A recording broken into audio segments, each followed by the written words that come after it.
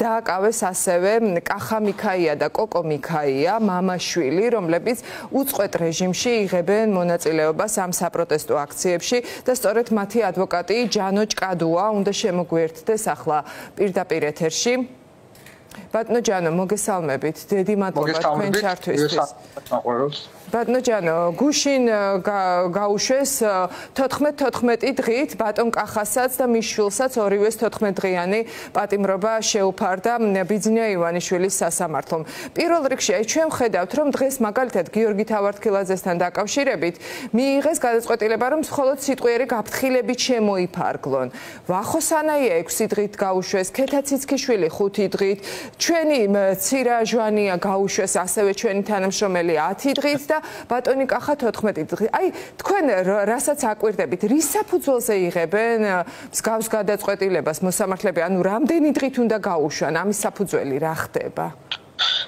მოგესალმებით კიდევ ერთხელ, ძალიან რთულია ძნელად განსაზღვრა და ვთქვათ ამ შემთხვევაში რა კრიტერიუმებით სარგებლო სასამართლო როდესაც იღებს გადაწყვეტილებას აღნიშნული პირების 10 დღით იქნება 14 დღით თუ ასე შემდეგ ადმინისტრაციო პატიმრობაში შეფარდებასთან დაკავშირებით ჩვენ შემთხვევაში როდესაც გაიმართა სასამართლო პროცესი ამ შემთხვევაში მხარი აპირებდა იმაზე რომ თითქოს აღნიშნული პირების მიმართ ადგილწინათაც ადგილი ქონდა არაერთ ადმინისტრაციამ დარღვევის უქმის შედგენას და თითქოს ეს იყო განმაპირობებელი ის რომ მათ ადმინისტრაციო პატიმრობა ამდენი დღით გამიყრა სასამართლომ უნდა გამიყრებინა მათ. აქვე ძალიან მნიშვნელოვანია აღინიშნოს ის ფაქტი თუ როგორ წარიმართა პროცესები და ამ შემთხვევაში რამდენად ჰქონდა მხარეს წარმოდგენილი საკმარისი მტკიცებულებები იმისათვის რომ ეს პირები ეცნოთ ადმინისტრაციო სამართალ დამკვევად. მათმე წარმოდგენილი მასალები ისინი ადასტურებენ რომ თითქოს და ადგილი ჰქონდა შინაგან საქმეთა სამინისტროს მიერ მათ წინასწარ გაფრთხილებას. როდესაც შინაგან საქმეთა სამინისტრომ გააკეთა ეგრეთ წოდებული გაფრთხილება, მაშინ აღნიშნული პირები საერთოდ არ იყოფებოდნენ აქციაზე და მათ საერთოდ არ გააჩნდათ ინფორმაცია აღნიშნულ ფაქტთან დაკავშირებით და შინაგან საქმეთა სამინისტროს წარმოადგენლმა ვერ უზრუნველყო აღნიშნული ფაქტობრივი გარემოების დადასტურება სასამართლოში. თუმცა ჩვენი და ამიტომაც ჩვენი მოთხოვნა იყო, რომ მათ მიმართ არ უნდა ყოფილიყო ამ შემთხვევაში გამოყენებული ადმინისტრაციული პატიმრობა და საერთოდ უნდა შეწყვეტილიყო ადმინისტრაციული საქმის წარმოება. თუმცა მოცემულ შემთხვევაშიც როგორც სხვა შემთხვევაში სასამართლომ ჩვენი პოზიცია არ გაიზიარა და როგორც თქვენთვის ცნობილია შეუფარდა 14 დღიანი ადმინისტრაციული პატიმრობა ორივე მათგან, მამასაც და შვილსაც. დიახ, აი ეს 14 დღიანი პატიმრობები, 15 დღე არის პრაქტიკულად გათვალისწინებული დიახ იმ ახალი ეგრეთ წოდებული კანონებით, რომელიც მიიღო ქართულმა ოცნებამ და რა რეალობაში აღმოჩნდით ბატონო ჯანო, აი ამ ეგრეთ წოდებული კანონების მიღების შემდეგ.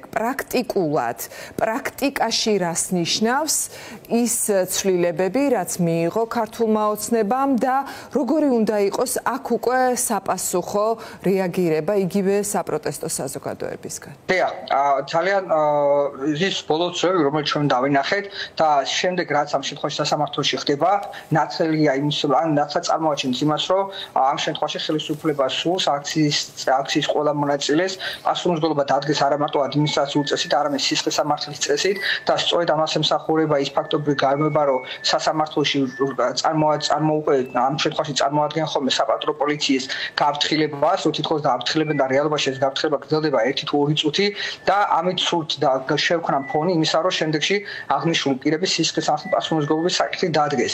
სწორედ ამიტომ ხდება ეს ყოველივე, რომ ამ პირების სისხლის სამართლის პასუხისმგებლობის დადგენის შემთხვევაში შემდეგ მათ დაუშვათ შეეფარდონ დაუშვათ პატიმრობები სისხლის სამართლის წესით, ან ამ შემთხვევაში საერთოდ პირობითი საჯელები. უბრალოდ ძალიან მარტივია ის, რომ ამით სურთ, რომ აქციის ყველა მონაწილე შეაშინონ და უთხრანონ თუ ისინი კვლავ გააგრძელებენ საკუთარი პოზიციების გამოხატვა საავტომობილო გზაზე, მათი სისხლის სამართლის პასუხისმგებლობის საკითხი დადგება. კი ბატონო, და აი აქ რა შეიძლება რომ მოიმოქმედოს ამ დროს საპროტესტო საზოგადოებამ, ხო?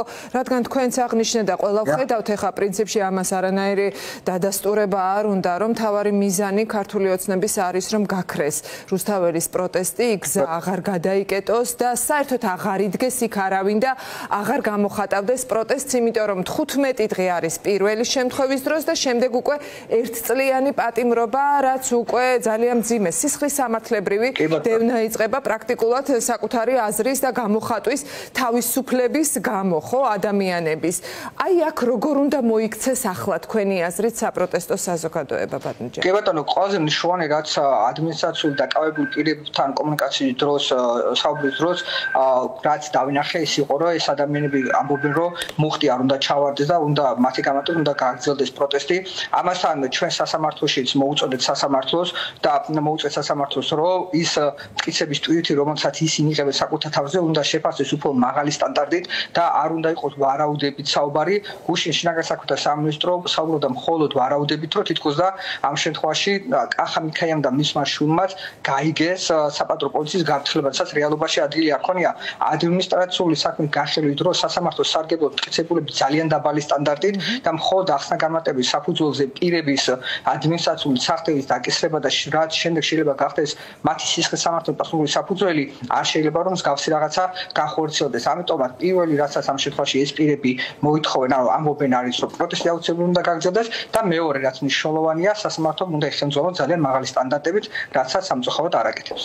და ამავე დროს რა შეუძლიათ ამ დროს მოსამართლეებს ბატონო ჯანო, ესეც რომ განვუმარტოთ საზოგადოებას, იმიტომ რომ კი ჩვენ ხედავთ რომ განსაკუთრებით ბოლო 1 წლის განმავლობაში რაც სინდისის პატიმრების პროცესებს ვადევნებთ თვალყურს, ყველამ ძალიან კარგად დაინახა სინამდვილეში რას ემსახურებიან სამწუხაროდ მოსამართლეები ნაცვლად იმისა რომ დაადგინონ ჭეშმარიტება, მაგრამ აი ამ კონკრეტულ შემთხვევაში, როდესაც ჩვენ სახეზე გვაქვს კანონის სახელით შეფუთული უკანონო გადაწყვეტილებები, რომლის მიზანია სადამსჯელო ღონისძიება და თავისუფალი აზრის გაქრობა, აი აქ რა შეუძლია გააკეთოს მოსამართლემ?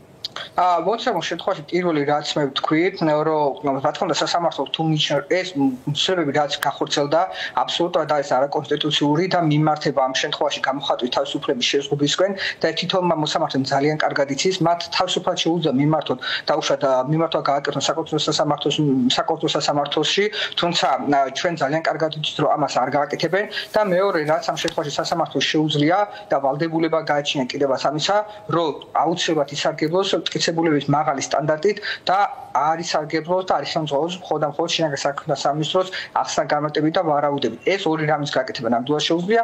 პირველს და არც მეორე სამწუხაროდ სასამართლო არ აკეთებს მიუხედავად ჩვენი არაერთი მიმართვის. დიდი მადლობა ბატონო ჯანო, მადლობა თქვენ ჯანო ჭკადუა ადვოკატი გვერდებოდა პირდაპირ ეთერში.